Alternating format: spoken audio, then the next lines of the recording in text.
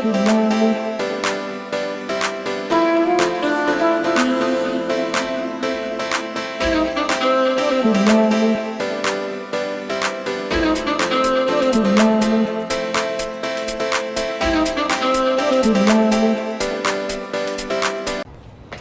the day we get to do our biometrics for our UK visas. So this is pretty exciting because it happened really fast. We did our visa application and then all of a sudden 2 days later we are heading to the city to do our biometrics test. So we were a little bit worried at first on what was actually going to happen during this test, but it was great. They were really helpful and they guided us through the process, and then afterwards we had to go and check out the Queen Elizabeth building because let's face it, Sydney, it's amazing, especially at Christmas time, and the kids just love seeing the sparkle lights, and I really wanted to do a spot of shopping, but it was kind of off the cards. 3 kids in those high-end stores, oh no, wasn't going to risk it.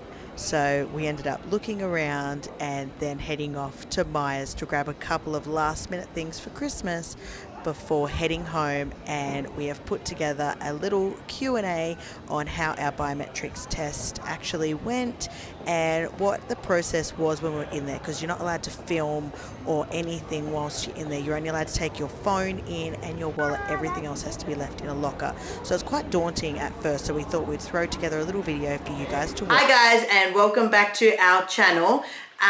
So today we visited the VFS Centre in Sydney to do our visa applications for us to move to the UK. So we are trying to get a spousal visa because my husband is an English citizen and has a dual citizenship for Australia and for the UK. So it was our turn to visit the VFS. So all the kids had to go in and do a biometrics where they had to, what did you have to do today, Max? Can you tell them, what did you have to do?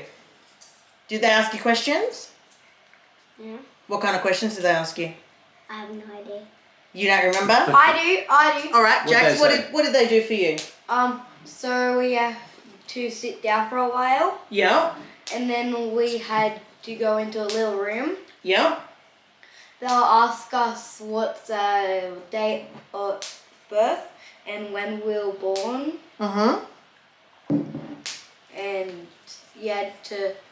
What do you have to do with your fingers? Yeah, that's what I was going to say. Go, you can do it.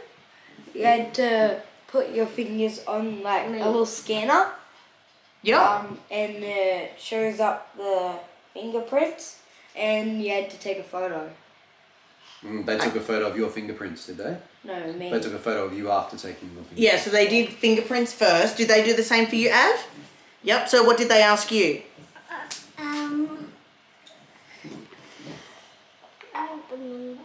You don't remember?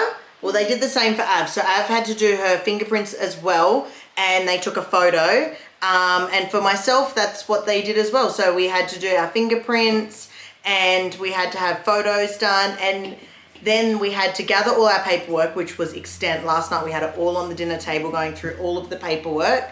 And then they scan it all through, and then we will find out the results in 6 weeks. So it's quite a tedious process. So to clarify, we're talking family visas. Yeah, so we did a family spousal visa.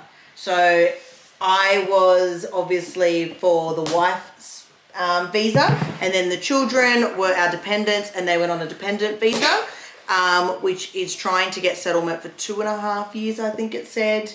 The reason we are going for the visas but is because my husband has a job lined up in the UK, and we are supposedly moving if it allows us to move with COVID and everything else. Obviously they're not in a good place at the moment, and same with Australia at the moment is not in a great place.